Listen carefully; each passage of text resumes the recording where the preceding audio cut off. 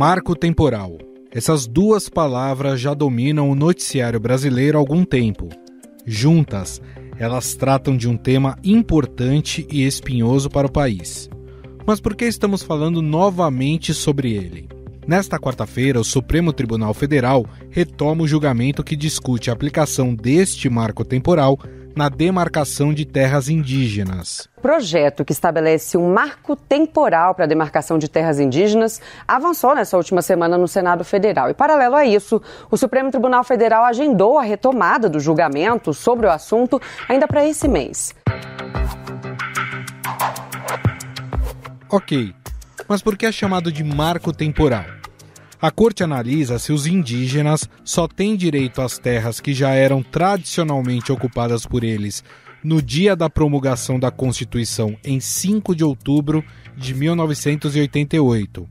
Ou seja, o dia 5 de outubro de 88 é o marco temporal.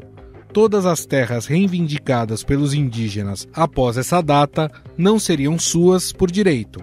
Por isso, povos indígenas são contrários à tese do marco temporal e realizam uma série de manifestações contrárias a ele.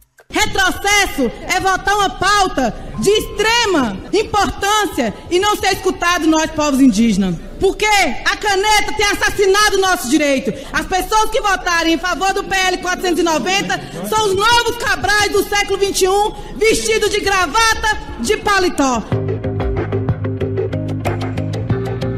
De acordo com o monitoramento do Instituto Socioambiental, o Brasil tem 421 terras indígenas homologadas, que somam 106 milhões de hectares e onde vivem cerca de 466 mil indígenas. Segundo dados do Conselho Nacional de Justiça, há mais de 250 processos suspensos nas instâncias inferiores do Judiciário, promovidos por povos indígenas, aguardando uma definição sobre o tema. No entanto, o Supremo não está analisando todos esses casos.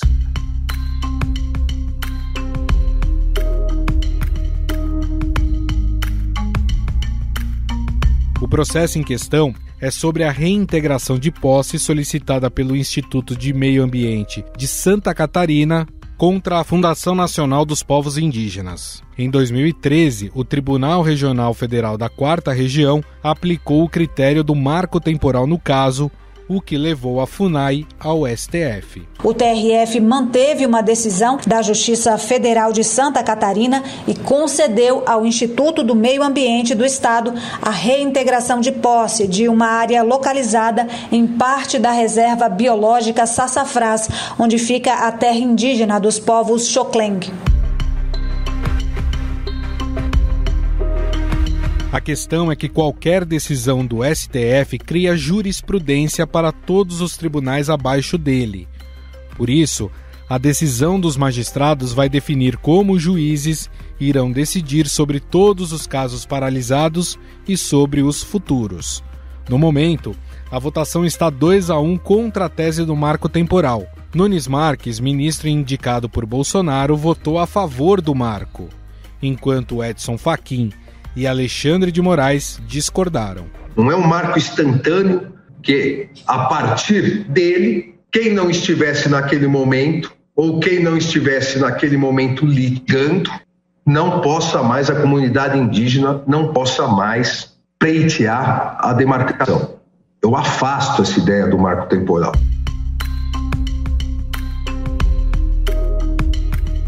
O julgamento será retomado com o voto do ministro André Mendonça, outro indicado por Bolsonaro. Logo depois votam o novato Cristiano Zanin, Luiz Roberto Barroso, Luiz Fux, Dias Toffoli, Carmen Lúcia e Gilmar Mendes. A presidente Rosa Weber, que deixa a corte em setembro, sinalizou que pretende apresentar seu voto antes da aposentadoria. Eu só espero que, e tenho certeza que vai acontecer, que eu tenha condições de votar, porque eu tenho uma limitação temporal, né? Eu, pessoalmente, para proferir meu voto.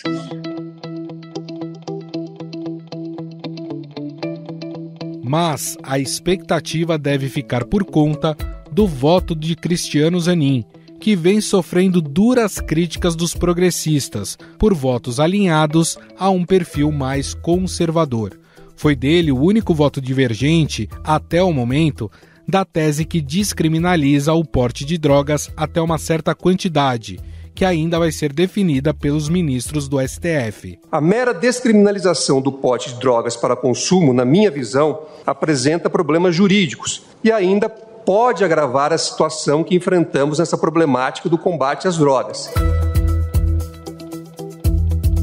Recentemente, o indicado de Lula ao STF também votou pela rejeição de uma ação da Articulação dos Povos Indígenas do Brasil, que relata a violência sofrida por indígenas da etnia Guarani e Kaiowá pela Polícia Militar do Mato Grosso do Sul.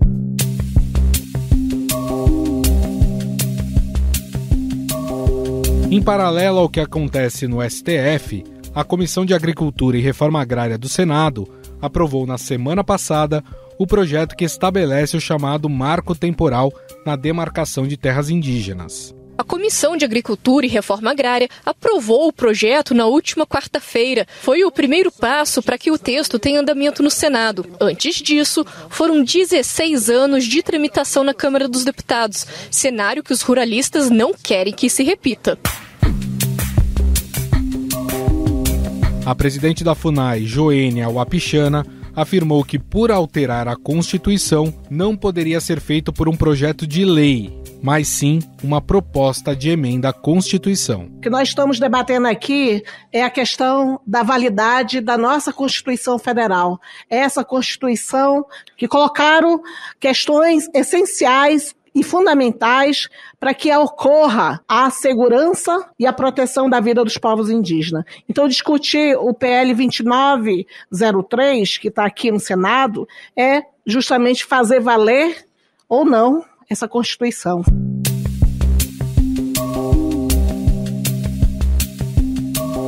Em 1996, o Ministério da Justiça editou uma portaria que dizia que um dos requisitos para a elaboração da demarcação de terras indígenas é a pesquisa sobre o histórico de ocupação de acordo com a memória do grupo étnico envolvido e que muitas vezes se baseia no relato do povo, o que acaba dificultando a definição quanto à posse.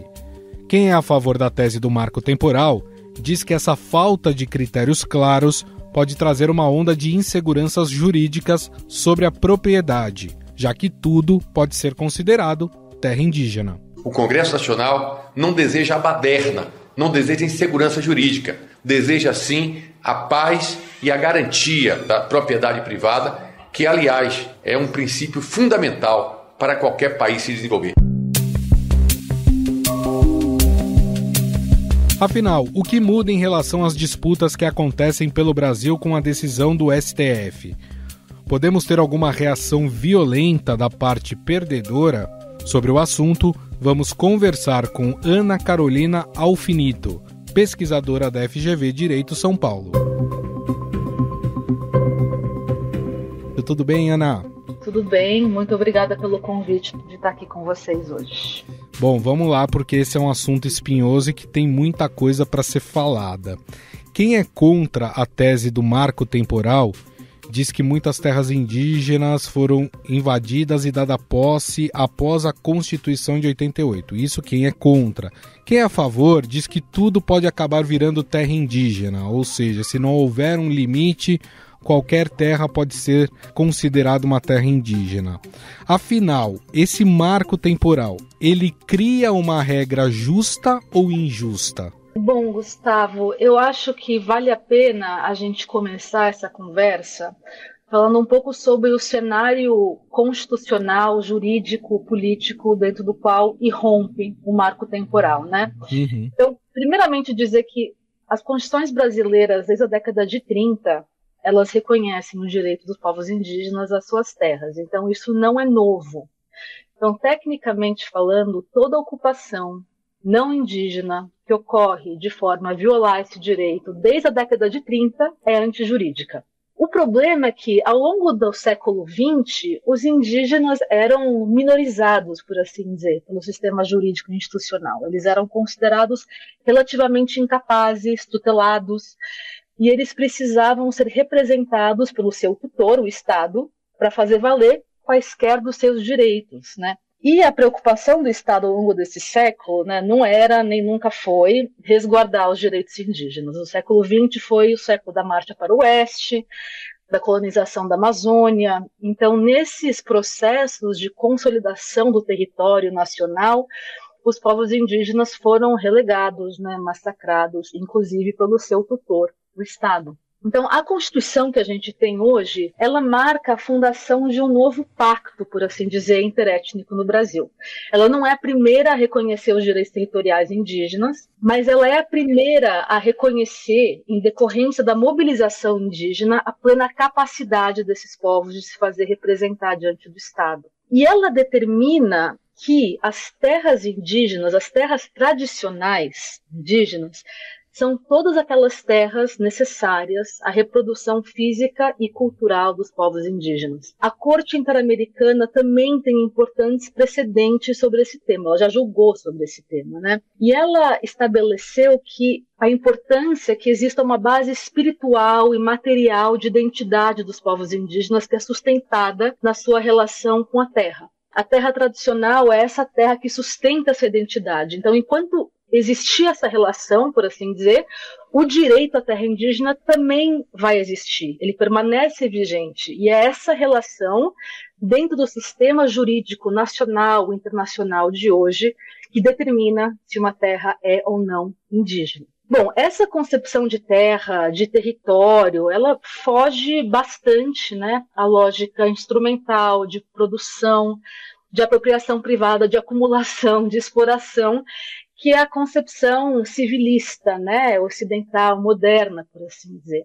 Existe uma disputa aí entre formas de entender a Terra e de entender, de fato, o mundo, né? E é nesse conflito em que alguns setores que têm aí o interesse em usar terras indígenas em processos extrativos de larga escala, que surge a ideia de um marco temporal como um dispositivo que busca justamente bloquear nessas reivindicações territoriais indígenas. E esse marco temporal, ele tenta inserir um corte temporal, né, para validade do direito indígena à terra. Ele diz que, a partir de agora, só são terras indígenas aquelas ocupadas pelos indígenas de 88. Esse corte, ele não existe na Constituição, né? Ele nunca existiu nos debates constituintes, ele não está em tratados internacionais, né? Pelo contrário, esse marco, ele não é uma tese jurídica, ele é uma tese política, e ele é uma afronta aos tratados dos quais o Brasil é signatário e a Constituição Federal, e também a consulta prévia, né? Então, esses tratados trazem claramente que os indígenas têm que ser consultados, têm que ter o consentimento deles para quaisquer medidas que os afetem. O movimento indígena no Brasil já se manifestou muitas vezes contrário, né, ao marco temporal. Então, juridicamente, o imbróglio não existe marco temporal no sistema jurídico, o marco temporal não é amparado. Democraticamente, o que precisa acontecer é uma negociação dentro do pacto constitucional. O uso da terra, do território, precisa ser mediado, né? Isso aqui é uma democracia. Inserir um pacto com uma data que corta a possibilidade de reivindicação política e jurídica é um problema não só legal, né, mas político também. Então essa tese de quem é a favor do marco temporal em relação até quando as terras podem ou não serem demarcadas, se o marco temporal ele não for colocado em prática, tudo pode acabar virando terra indígena, então isso não se aplica, não se justifica.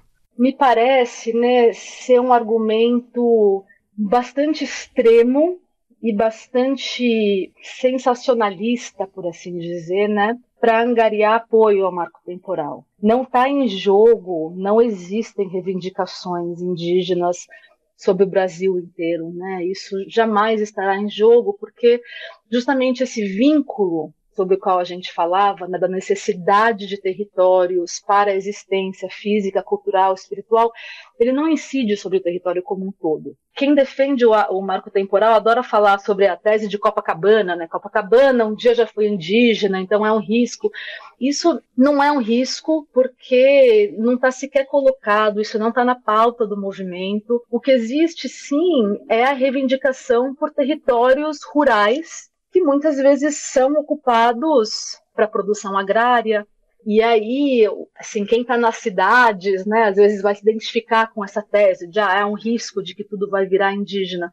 Mas isso, de fato, não está colocado hoje no debate e nem nos termos das reivindicações dos povos indígenas. Eu fico imaginando aqui, e claro, você estuda muito sobre esse tema e a gente está aqui aprendendo com você, mas eu fico preocupado em relação, independente da decisão do STF, os rumos que isso pode tomar. Por exemplo, se não for aprovado o marco temporal. E aí acho que a gente tem que deixar bem claro também, explicar isso, porque todo mundo acha que qualquer reivindicação na justiça de povos indígenas automaticamente vai se transformar em demarcação de terra. E você explicou que não, existem algumas regras. Eu fui até atrás de uma portaria de 96 do Ministério da Justiça que trata exatamente sobre a demarcação das terras e que fala de uma pesquisa sobre o histórico da propriedade e que também é levada em conta a memória daquele grupo étnico sobre aquele local. Ou seja, existem regras muito específicas para a demarcação. Não é que vai se sair demarcando toda e qualquer terra como terra indígena, né?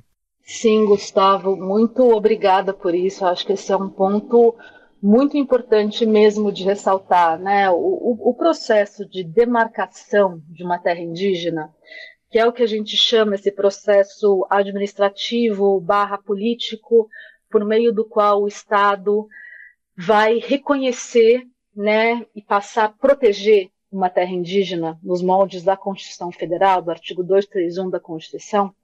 Esse processo de demarcação, ele é um processo extremamente complexo, extremamente longo, que exige uma carga probatória da traçabilidade da terra que é enorme, né? Então, eu acompanho o processo de demarcação que estão já acontecendo faz mais de década.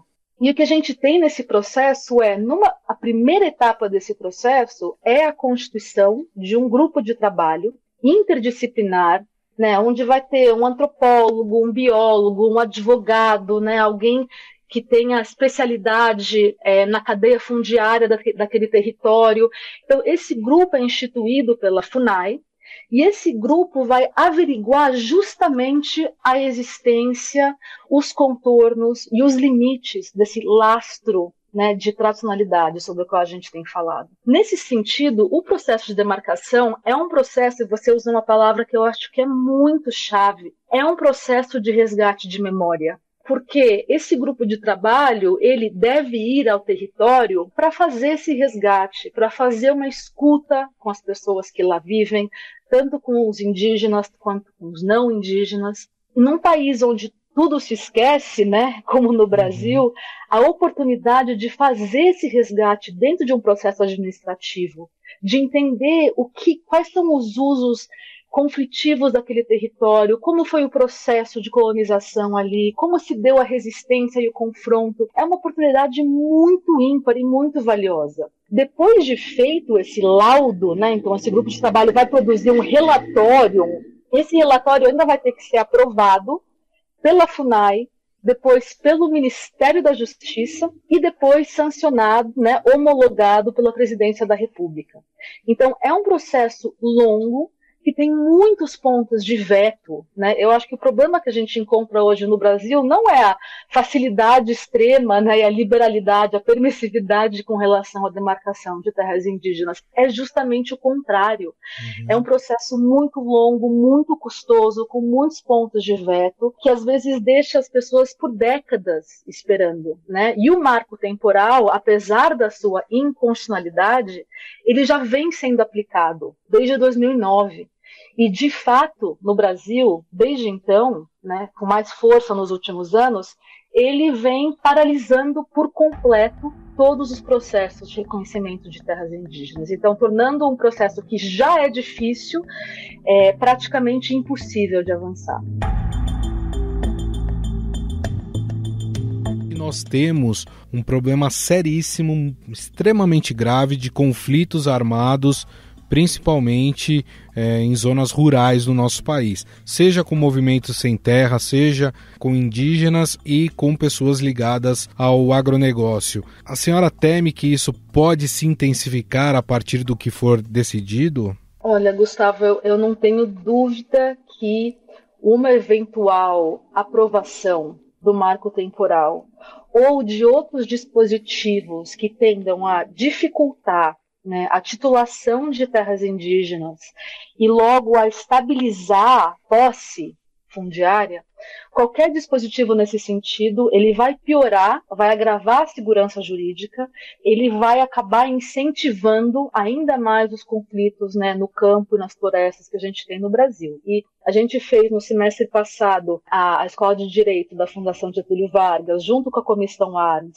e com a Articulação dos Povos Indígenas do Brasil, a PIB, a gente organizou uma série de debates, né, de ciclo de conversas sobre o tema do marco temporal. Vieram pessoas que pesquisam o tema, como o economista Juliana Assunção, do Rio de Janeiro, como Paulo Moutinho, que é um pesquisador, a Manuela Carreira da Cunha, e todos convergiram no fato de que o marco temporal tende a piorar a insegurança jurídica, porque dificulta a titulação de terras, e logo se torna um incentivo que dificulta ainda mais, né, piora a situação da violência no interior, no campo, nas florestas do Brasil. Bom, e aqui no Brasil, mais recentemente, a gente tem visto aí uma disputa entre legislativo e judiciário sobre temas delicados, como é o caso do marco temporal. E na semana passada, a Comissão de Agricultura e Reforma Agrária do Senado aprovou um projeto de lei que estabelece o chamado marco temporal. No entanto, isso está sendo feito através de um projeto de lei. Se está na Constituição o direito dos povos indígenas, isso não deveria ser feito através de uma PEC para poder alterar essa Constituição? E se isso, na sua concepção, isso pode vir a acontecer? Esse é um outro ponto muito importante, né, para a gente observar e entender o que está acontecendo no Congresso Nacional com relação a esse tema do marco temporal e também de outros direitos indígenas. Então, de novo, quem fala isso não sou apenas eu, mas tem uma legião de juristas, né, declaram sem sombra de dúvida que esse é um tema que não cabe ser legislado por meio de uma legislação ordinária, né? Então, não caberia, em termos de Estado de Direito, separação de poderes, né, não caberia ao Congresso Nacional legislar sobre alterar, né, inserir uma cláusula restritiva de direitos ao artigo 231 da Constituição Federal. A questão é que o Congresso Nacional está fazendo isso como uma forma de constrangimento ao STF, né, ao Supremo Tribunal Federal. Então, sim, é ao STF quem cabe essa definição sobre a extensão, né, dos direitos territoriais indígenas, e o Congresso Nacional, ao tentar se posicionar sobre esse tema, antecipando a decisão do STF, ele tende a violar uma atribuição que é do Supremo Tribunal Federal, tentando criar um ambiente político no qual fica mais difícil para o STF se posicionar de forma contrária ao marco temporal. A estratégia é essa, fala, olha, a sociedade inteira está a favor desse marco, então eu acho que alguém do Senado deu uma entrevista nesse sentido, como é que o STF vai declarar guerra à sociedade brasileira? Né? É claro que a função de um tribunal constitucional é justamente defender, proteger direitos, né, de populações de povos minorizados e que podem ser assim atropelados por processos políticos majoritários. Essa é a função de uma corte constitucional. Agora, o que o Congresso está tentando fazer é criar um ambiente político no qual fique mais difícil ao Supremo Tribunal Federal cumprir o seu papel de uma corte constitucional. Quem defende a tese do marco temporal teme, e isso eu estou falando em zonas rurais, em terras que são reivindicadas pelos povos indígenas, pessoas que já estão estabelecidas nessas terras, né? Ou seja, tem a sua casa, o seu negócio já estabelecido nesses termos. Existe alguma forma de você tentar harmonizar as duas questões, ou isso nesse momento é impensável? Que nos traz para dentro já, né, do processo de julgamento que está ocorrendo dentro do Supremo Tribunal Federal. O que acontece muitas vezes e que é um dos vetores, um dos fatores por trás dos conflitos sobre demarcação de terras indígenas, é que a Constituição Federal ela é explícita em dizer que não cabe indenização aos não indígenas que estejam dentro de áreas demarcadas como indígena.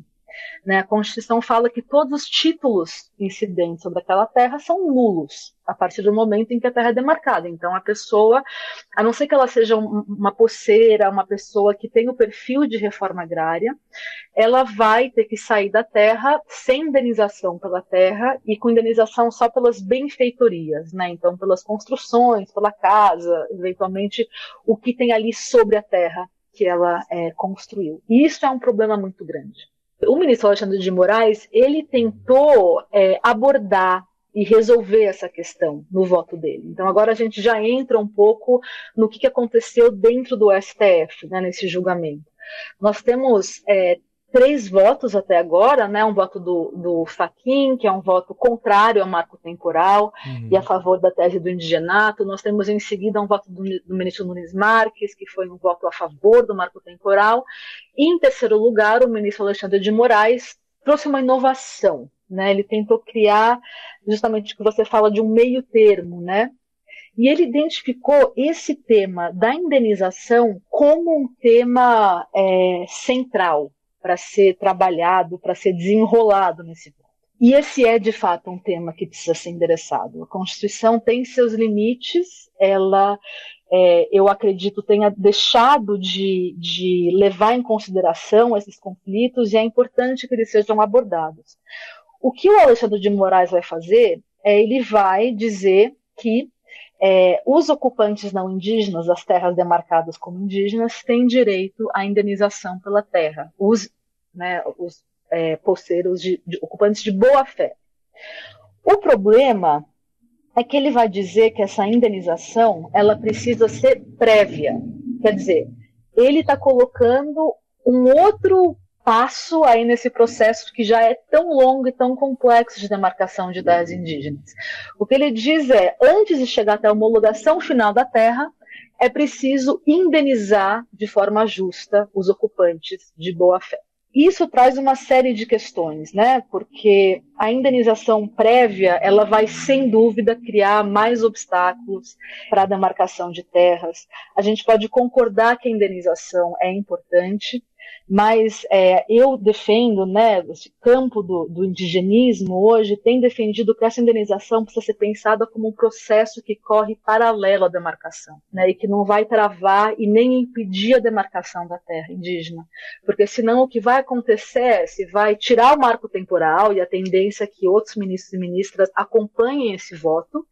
Então, a tendência é que o marco temporal deixe de ser um assunto, a questão agora é o que entra no lugar. E a gente precisa garantir que sim, essas mediações sejam feitas, então é preciso falar sobre indenização, mas que se fale sobre isso de uma forma a não impedir novamente a demarcação de terras indígenas no Brasil. Perfeito. Até porque a gente tem que lembrar também, né, Ana, que você tem vários casos. Você tem casos de grandes empresas do agronegócio em terras indígenas, mas você também tem, por outro lado, o pequeno agricultor, aquele que planta, vende o que ele planta, né? E, enfim, não é rico, não é milionário, é um pequeno agricultor e que também não pode ficar a ver navios, né? Mas acho que você explicou bem que precisam ser situações separadas, né? Não pode isso influir na demarcação de terra, né? Precisam ser coisas separadas e se precisa pensar também que esse é um outro ponto problemático, né, desse voto do Alexandre de Moraes que precisa ser discutido e alterado, que no voto dele todos os ocupantes de terras indígenas que estavam lá antes de 88 são equiparados a ocupantes de boa-fé. O que a gente também sabe que não é o caso. Claro que existem ocupantes de boa-fé, né? Existem pessoas que entraram em territórios indígenas porque o Estado incentivou que elas entrassem. Muitas vezes não foi nem a União, foram os Estados, né? Deram títulos para as pessoas, criaram incentivos para a ocupação daquela terra por não indígenas há muito tempo atrás. Então, nesses casos, né, são casos em que sim, é possível falar de uma boa-fé, né, num ato jurídico quase perfeito aí dos títulos sobre a terra, mas existem muitos casos de muita má-fé também, prévia a 88, né? Pessoas que sabiam que era um território indígena. A gente tem muitos registros de violência, de massacre, então não tem muito como equiparar as situações todas. Recentemente teve o caso dos mineradores, né, que a Polícia Federal teve que intervir. Sem dúvida, os garimpeiros, né? Então, tudo isso tem que ser levado em consideração. Não dá para jogar um manto sobre todos esses casos e falar que agora todo mundo vai ser indenizado. Sim, existem pessoas às quais esse direito pode caber, mas existem casos nos quais seria aberrante considerar indenizá-las pela pilhagem de terras indígenas, né?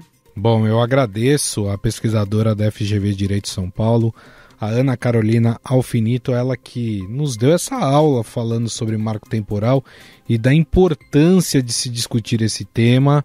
Ana Carolina, gostaria de te agradecer mais uma vez pela entrevista. Muito obrigado. Muito obrigada, Gustavo. Estadão Notícias. E hoje no feed do Estadão Notícias, mais um episódio da série Cenários. A jornalista Sônia Raci recebe o Wolf Koss, presidente do Instituto Olga Koss. Ele vai contar a história do Instituto e fala sobre a tarefa de acolher e preparar pessoas com necessidades especiais para a vida.